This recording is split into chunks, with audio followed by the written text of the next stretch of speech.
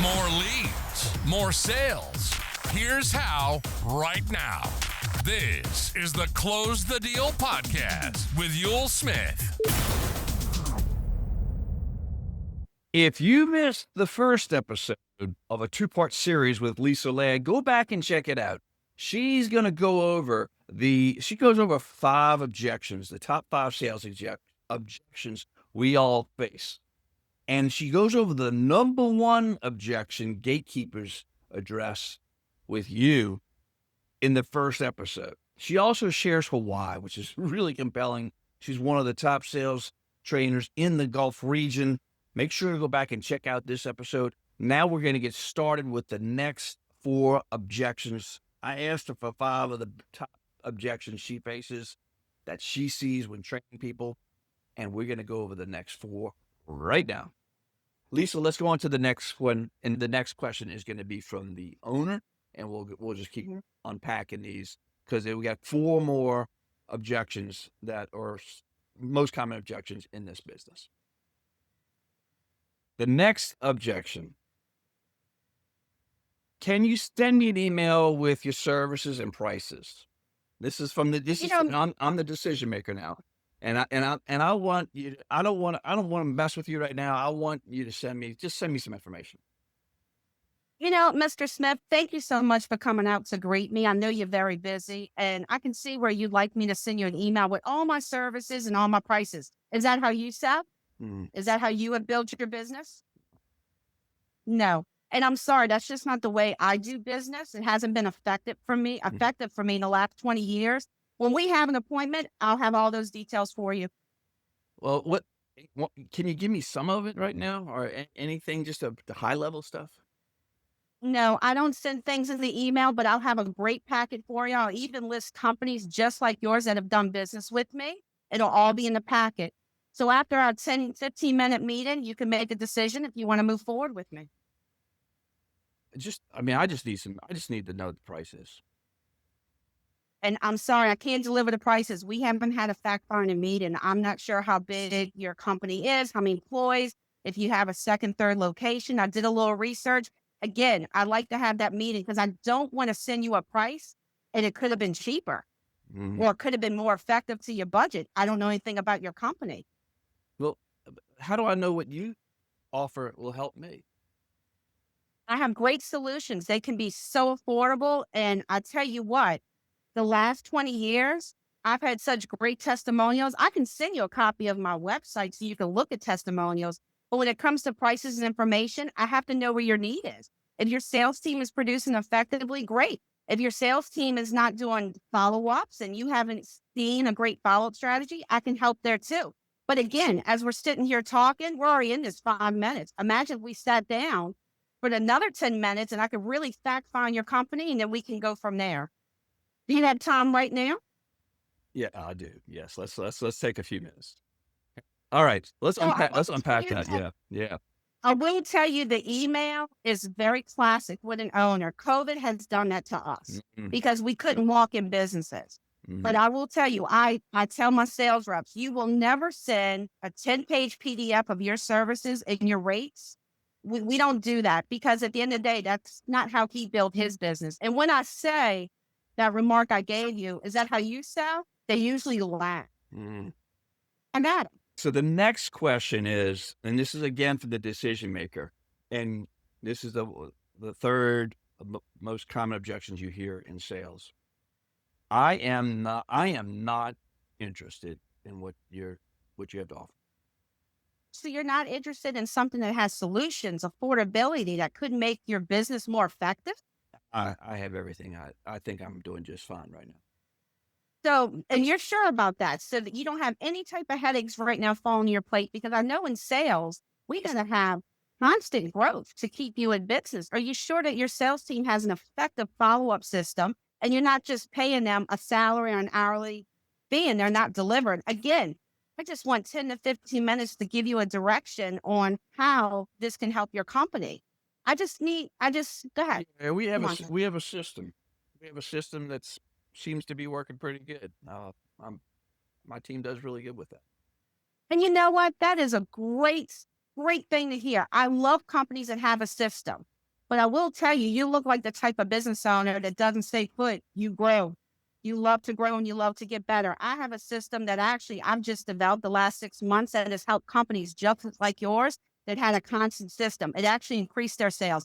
Again, I just want you to know what you're saying no to. So what is it that you do differently? And that's how I got you. I will keep going because when you start asking me questions, we now have a meeting. I love it. Okay. So somebody just needs to, they can never get off of that. When someone says, I'm not interested, you just keep going back to them. If you wouldn't have asked me any questions and started walking away from me, just yelling, I'm not interested, at the end of the day, you're getting aggressive, you're getting aggravated. Yeah. And sometimes I have to tell my sales rep, let's say there's a problem at that company. That's the person you have to deal with. Let's say they don't pay their bill. That's the person you have to deal with. It might be okay if we walk away because he's being very rude. If somebody's very obnoxious and rude, to be honest with you, they don't deserve my services anyway. Bingo. All right. Next You one. were very, that's why I kept going. It's in my nature to be too nice, probably. All right. Next question. This is just not a good time. I mean, you're catching me at a hard time. I am so sorry I walked in at the wrong time. I'm actually going to be in an area 2 weeks from now, around 11 o'clock. I'm going to pop in and see if it's a better time for you. Well, I mean, Go ahead. Yeah, 2 weeks from now, this is a busy season right now. Oh, and look, I know fourth quarter always is. So what I'll do, I'm actually going to be seeing clients that are similar to your company in the same area that second week in October. I'm just going to stop in and we can just touch base on how you're feeling. So I want to tell you a trick to that. Yes, please. You keep offering to come back. Eventually they'll get tired of me and say, yeah, just check with me in a month. That's all I need to hear. It takes 7 follow-ups to set an appointment. The first 4 is your interview process. They want to see how serious you are. So I wanted you to do that objection because you're like, it's not a good time. You didn't say you weren't interested. You didn't say you didn't want me in there. You didn't say you didn't want to hear my pitch. You said it's not a good time. So I am giving you a solution. I'm going to be seeing clients in 2 weeks. You know what? In a month, I'm going to be in this area again. I'm just going to stop by. And all I need him to say is, follow up with me in a month. That's fine. That's all I need.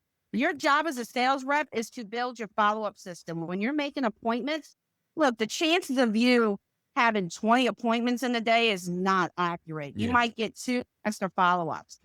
But I love how you pitched that to me and you were so relaxed because it's true. Some people don't want to tell you no. They're actually a little interested. It's just a bad time. Got you. All right. The last one, we're going to go over objection number 5. And again, from the decision maker asking the question, look, we had a bad experience with another company and I'm just not ready to do anything right now. I have to say, thank you so much for sharing something with me that was very personal because you didn't have to tell me that. But can we just talk business owner to business owner? I'm sure you have serviced your clients the best you can, and so have I. But I'm sure we had that one client that wasn't happy with our service. They might even went on Google, might have went on Yelp and said something about us. But if that client came back to you, I bet you would give it 150% to make them happy. At the end of the day, I just want the same opportunity that you would want. A company like mine didn't make you happy, didn't do the right thing, but I would love the opportunity to show you what good service is. Man, the industry is just, I don't know. I lost a lot of trust. And trust does happen, but I'm going to paint it a little different for you. Have you ever ate a slice of pizza that wasn't good? I bet you ate pizza again. Have you ever had a hamburger that wasn't cooked the way you wanted? Bet you ate that hamburger again. When you were in business, second chances is everything to our growth, but it's important if we learn from those second chances. Because you shared that story with me, my service would be 150%. And at the end of the day, just know what you're saying no to. Because just like your company's improved, other companies have made those improvements too. How do I know you can do that? And when we have an appointment for 15 minutes, we can decide for ourselves if we're going to work well together. I would love this opportunity because I know you would love us on the second chance opportunity as well. Okay, fair enough. All right, let's unpack that one. Let's dissect that. So that really happened to me. Mhm. I actually walked into a business on the North Shore. So my job for insurance industries, I would train And people. this is specific to the insurance business. Yes. So I was training insurance agents many years ago. And when you're the trainer, you don't just teach them how to do sales, you clean up some mess. Mm-hmm. So we actually had a new agent go into a company trying to sell, putting in group benefits, and the HR lady was very ugly. Mhm. And then my agent, instead of walking away, said, Lisa, I feel like she just needs to talk to someone. And I think you can smooth it over. And when I walked in, she was very aggressive. But guess what I did? I looked at her Google reviews. I looked at her testimonials. I even looked at her Yelp. I knew they haven't been perfect. Mhm. They're human. Yeah, we all. So when I walked in there, as soon as I mentioned, listen, business owner to the business owner, I haven't been perfect. I'm sure your company hasn't been perfect, but that's how we learn. That's how we grow. Mm-hmm. I'm sure one person that might have left a bad review or just wasn't happy with your services, and I bet you your company has taken off since that moment. Mm-hmm. But if you got a second chance, I'm sure you could give 150%. I just want the same opportunity that you would want. Mm-hmm. And I got her. Yeah, It was one of my proudest moments I love that. doing sales because, and again, I wasn't trying to pinpoint her ugliness. Some people will do ugliness because it's just who they are. Mhm. But I felt like when I showed her, I'm not perfect at my job, but no one is. Yeah, it's relatable. I just want that next opportunity to see if I could do a better job. Mm-hmm. She told me, yeah, she told me it was effective when she did the benefits, certain things they offered. She just didn't like the service. People weren't returning her phone call, weren't at her beck and call. You know, she had the call 1-800 numbers. I listened to her vent, but I felt like she needed to vent to me. Mm-hmm. But when I painted the picture of this is your business and this is my business, we've both been there. She just forgot that she's been there. You just said something really important too, painting the picture. They can visualize. You have to paint the picture. Yeah. How do you, what, do you have do you look for that one thing to latch on to paint the picture from, or do you go in with that? You kind of sound like you went in with that a little bit. I did, well, again, the one that's most prepared wins. Yeah. When my sales rep did a pop in a random company, she wasn't prepared. It was just next door to her appointment. Mm-hmm. She wasn't expecting that, but I researched what went wrong. I looked at their website. I looked at their growth. I was prepared. So therefore, I was confident to talk to her. Mm-hmm. I love it. Wasn't I was trying to be above her game. I wanted to not waste her time with my lack of preparedness because that's why we're in this position to begin with. Yes, exactly. And to this day, I still have the business. She refers me like crazy. But I will tell you, it was one of my best comebacks. That's why I put it on that list because it's perfect. look, this was 20 minutes. She was letting me have it. And like John, his wonderful technique, I let her go. Mm. I just let her, I let her label. I let her tell me everything that went wrong. And then it was my turn. And what do you know? No, she sent me a Facebook request, friend request 3 days later. So that's when you know she likes you. All right, Lisa. This has been fantastic. I appreciate your insights. This is going to be very helpful to a lot of salespeople, no matter what industry they're in. All these apply to multiple industries for sure. Any closing thoughts you have? When you're out soliciting, you can't be afraid. Mm-hmm. I just feel like that when you have a business and you're advertising on social media, John always says if you have a business card, you're advertising. If somebody makes you feel bad because you're soliciting, you need to understand they solicit too. Mm-hmm. That's right. We all are. I've had owners give me a hard time, and I will tell them, I met your sales rep at a chamber event. So you hire someone to do what I do, but you're upset that I'm in here. That doesn't make any sense. Yeah, call them to the carpet, and they relate to that. They can understand that. You know, I had one sales rep, oh, Lisa, I want a cold call with you. And I even told the owner, he wants to cold call with me, but apparently you don't like cold calling, so I don't think me and him can work together. And he just stared at me. Again, you're mad that I'm in your business, but you pay people to do what I do and you advertise all over the city. We're all in sales, so don't take it to heart. I love it. Lisa, I want to thank you for being on the show. Folks, to get in touch with her, nolapersistence.com, correct? Is that right? Yeah, is that right? Yes. Or they can, yeah. nolapersistence.com. You can find her on the website or go find her directly or find it on our website at Close the Deal because that's what we're here to help you do. And or go visit her website, nolapersistence.com. And that is a wrap with Lisa. 5 objections. She tackled each one. Hopefully these are helpful to you. You go back and listen to it over and over again. The mother of learning is repetition. And this is the sales game, and that's the part of the training. So hopefully these are helpful. And I have a favor to ask for you. We're going to keep producing this. We've shifted the model of Close the Deal podcast.